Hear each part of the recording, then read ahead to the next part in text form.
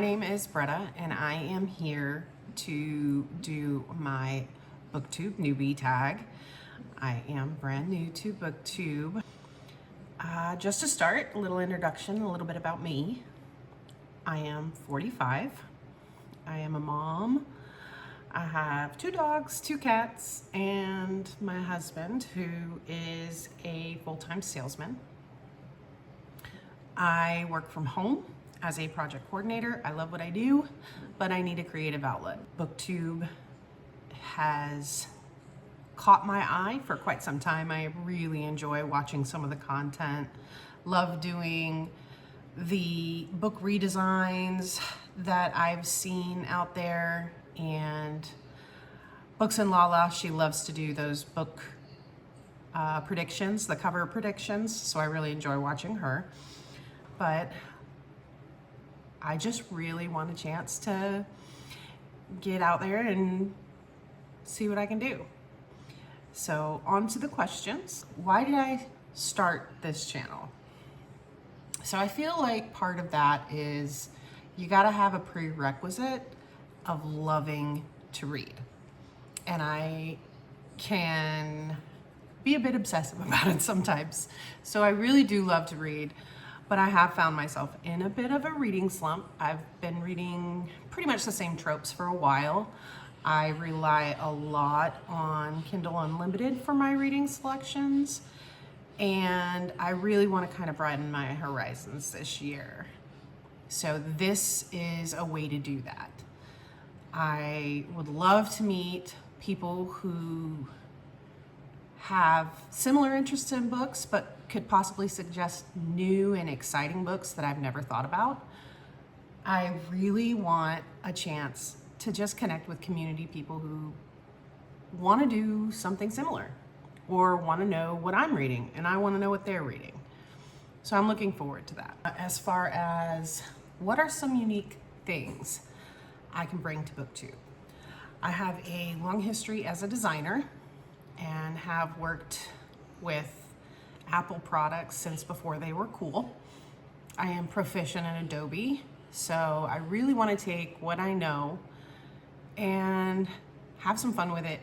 I want to do book cover redesigns and just really kind of re-envision books that I love or books that I've never heard of. A part of what I want to do is a book lottery each month, which will toss all those books that are out there into a hat, and I have to pick something.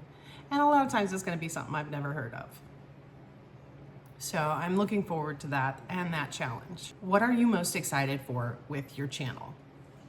So this one can be a little bit tough because I'm very nervous about this channel.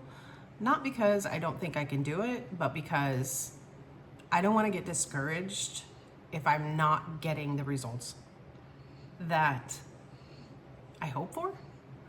I'm not expecting anything, but I'm excited about the possibility of just meeting people who just love to read or who love the idea of seeing a different cover on a book. One of the things that I've been really drawn into since discovering BookTube is watching the unboxings. They're so much fun to see the special editions and the beautiful art and bindings that people have, the sprayed edges. They're just, oh gosh, they're so pretty. I really, really enjoy that part. So I'm really hoping to take that kind of creativity and make it part of what I'm doing. So I don't know if I'm going to do a redesign with every book that I read, but I definitely want to do at least one a month. Why do I love reading? I think a big part of reading is escapism. It's so much fun to go into your own head and imagine the characters that are put on a page and just enjoy the story. I can get so lost in a book that it takes 4, 5, 6 times for my husband to get my attention. I love immersing myself in the story. I feel like I am just literally watching a movie when I'm reading. It's one of my favorite things to do. What book or series got you into reading? So as a child, I was the kid who sat in class and doodled in my notebooks or drew in the margins or whatever. I was not a serious student. I read when I absolutely had to.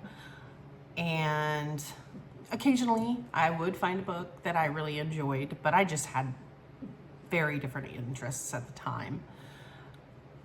It wasn't until right before going into high school, I ended up at a cabin where my mom and her boyfriend were working. They were painting. And I was literally in the middle of nowhere. Now, when I say middle of nowhere, I grew up in Montana. Okay? Boondocks is standard. So this little area that had these cabins also had a kind of like a clubhouse, deli, bar, whatever you want to call it. And they had a little, probably 3 foot wide set of shelves, maybe 6 tall, and it was just packed full of paperbacks. And almost every single one of them, almost every single one of them was a Harlequin or some sort of historical romance. Now, if you don't know what I'm talking about, but you're in my age group, I'm not sure if you remember Fabio, but he was very prominent.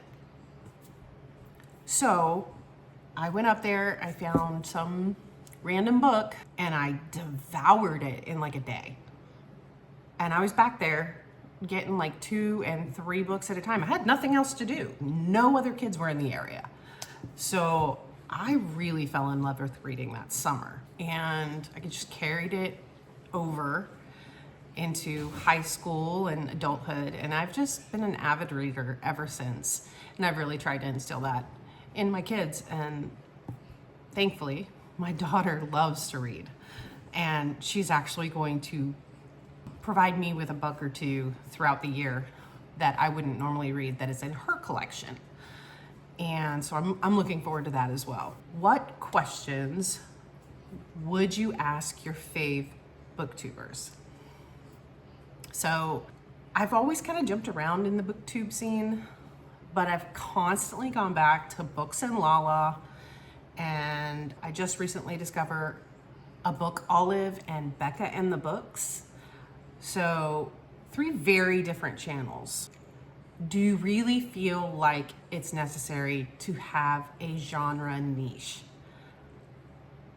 Because I'm not looking at choosing a genre or particular set of genres for my channel. Now, it doesn't mean that I might not move in that direction at some point, but as of right now, I want to broaden my book horizons, not narrow them down. I've been in a very narrow set of books for a very long time. So I'd like to think that by not choosing a genre, maybe I can appeal to more people. But either way, I'm gonna do what I do. If you could talk to your newbie booktube self, what advice would you give? I think this would be a really cool way, rather than asking, okay, what advice would you give me? That's not what it's about. I'm curious to see what they would tell themselves and what they might do differently. Because you never know. I mean, maybe somebody ended up in a direction they weren't quite prepared for or didn't expect, because they had a completely different idea or thought at the beginning of their channel. So I'd be really curious to see if they would, I don't know, give their early selves a little bit of advice, or maybe tell them don't do this particular thing. Question 6, what challenges when starting your channel do you feel will be the hardest to overcome? So getting in front of the camera has been the hardest part so far, just doing it. I am not afraid of the camera, but I have psyched myself out so badly that I've kind of locked myself into the consumption and research phase and like just frozen when it comes to getting in front of the camera. So I actually watched a video from a gentleman by the name of Rick Bebbington. Excuse me, I have to read this. He has a photography channel, and his video, which I will link below, it's so great. It's just a really mellow and inspirational video. He was amazing. But the points he made during that video were so inspiring, and it was just like, okay, it's time. I need to do it and just do it. And I'm nervous. I'm worried I'm gonna mess up, which I already have, but we're gonna edit that out. But I'm gonna jump right in because that's what you gotta do, right? You just gotta do it. When did I start reading? So I told my reading story about how I really kind of jumped into the world of reading. Once I found that love, I started reading voraciously while I was in high school. And I loved going to my school library. So yes, school library, not public library. I lived too far from that one. It was like 20 miles. My school library was long before there were so many restrictions, I guess you could say. Of course, books have always had their moments of being banned or censored or any of those things. But getting books by authors like Janet Ivanovich or Stephen King, it was not hard at my high school library. And I spent all my time there, and I was constantly reading books. I'd go through a book every few days. Back then, probably one of my favorite authors was Danielle Steele. And I kind of grew out of her worlds. They were a little too serious for me, but still, loved to read. And as I got older, I've converted from reading all the time, because I was a mom, to reading when I can. And that is probably the hardest thing because I had young children. I had 3 young children. I had a house full of pets. So I was constantly busy. So my big reading time was in the evening when I was laying down. That leads into my next question, which is, where do I read? It would be easier to answer at this point where I don't read. I read everywhere I can. If I'm waiting on a doctor's appointment, if I am stuck somewhere and I'm waiting for something, if I am in bed, if I'm on the couch, if I have a spare moment, more than likely I am reading. I love it. My husband, it makes him crazy because I will take an audiobook on my phone and set it in the top of the shower and listen while I am showering, because I just love that ability to go into those worlds. Another thing that drives him crazy is that I'm one of those people, I get so immersed into what I'm reading. I have that picture rolling around in my head that I'm just like, huh? And either I don't register what he's asking or saying to me, or it's gonna take my brain about 5 seconds to catch up with what he wants to know. So I do run into that quite often. And I am notorious for walking around my house with my little headphones in, and my kids don't know I'm listening, and they're talking to me, and I'm just like, wait, what? Repeat yourself. And they hate it. But when I'm the only one in the room and I don't have anybody to talk to and I don't have anything else going on, my brain needs something. So I do that a lot. As far as question number 9, what books do I like to read? I have been heavily into urban fantasy, romantasy as it's called now, paranormal romance. I don't much get into like the epics because they're very long books. A lot of times the world building results in some forms of writing that I can find hard to understand. I have never been able to make it through Lord of the Rings. I tried to read Harry Potter. I'm sorry, I just couldn't do it. but I haven't tried in a very long time, so maybe I'll give it a shot. I don't know. But I have a handful of authors that I absolutely love. They're Kindle Unlimited authors. I discovered them through Kindle, and they have become my absolute faves. When I see a book get dropped, I go and I get that book as soon as I can. And if it's a book that I end up loving, I will buy it on my Kindle. I have a handful of physical copies of these particular authors here in my actual library, but my actual library is very small, leading into what does my book collection look like? Last question, and well, I can count on two hands how many physical books I have in my library. I might have to go like one or two higher, but I have one complete series that I have had since my daughter was very young, probably 2 or 3. And it is probably a very contentious series, but it is the Twilight series.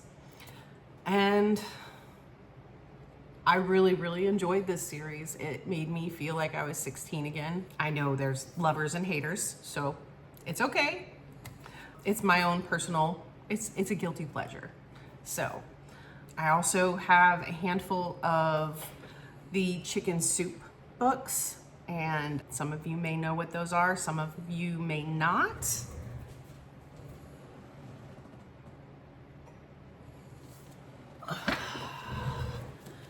But this is one of them. I have this one. I have For the Soul of America, and I also have For the Mother's Soul. And a couple of them I was gifted, but one of them is actually one I bought for my mother as a gift. And shortly after she passed away, when we were cleaning out her apartment, I found it. And that is a big one that I keep. I'll always keep it. And if you've never read any of the Chicken Soup books, they're a collection of short stories, and they're super sweet. Some of them are extremely inspirational, and some of them are absolutely gonna make you cry. But they are a really enjoyable little thing. If you just want something little, a little bite-sized bit of a story, it's a great book that you can just pick up. And they're all stories that have been submitted from people all over. Like, it's not one author. It's people send their stories into the company that compiles these, and they pick the best stories and they publish them into a book. And the book will have, the book will typically have a theme. So this one is one I was gifted when I was getting out of the service. So yes, I am a military veteran. I am very patriotic, but I am not gonna get political on this channel because I just don't think that's what we're here for. If you have political questions for me, just a note, I will not answer them. That's not why I'm here. Probably about the time my daughter turned a year, I got my first e-reader, which was the original. I'll put a little screenshot over here maybe. The original Nook from Barnes & Noble. It had the kind of like the Kindle Paperwhite type thing at the top, and then it had a little tiny color screen at the bottom where you could see your covers. And that was my first e-reader, and I wore that thing out. I used it every single day. And then a couple years later, I was gifted an iPad, and I've never gone to anything else. An iPad is what I've read on for years. I really enjoy being able to put my book into a black page and have white screen so I can read in the dark and have it not strain my eyes, and it doesn't bother my husband. So that's a little bit about me, and I am looking forward to doing my first book review post. I just finished it, and it will be for We Were the Lucky Ones. It was my first book lottery book, so I was able to meet all but 4 of the requirements on this book, and I was only 1 year off for the 4th requirement. So I'm really excited to talk about this book. I watched the series when it came out on Hulu, and it was phenomenal. You know, a handful of the actors and actresses were very well known, and I just think they did such a great job adapting this book as a series. And it was just a mini series. I think it was 6 or 8 episodes. I can't remember entirely. I'll have that information before we post. But what a great book. As you can see, I have all my little notes, and I had a really hard time getting started because I was doing so much at the beginning of the year, trying to tackle a few things that I had that were goals. But as I got to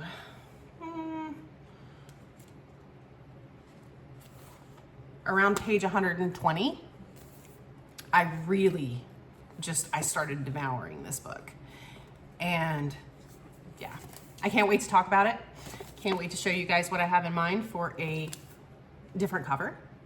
So stay tuned, come back. I would love to hear from you guys, see what you think, and just introduce yourselves.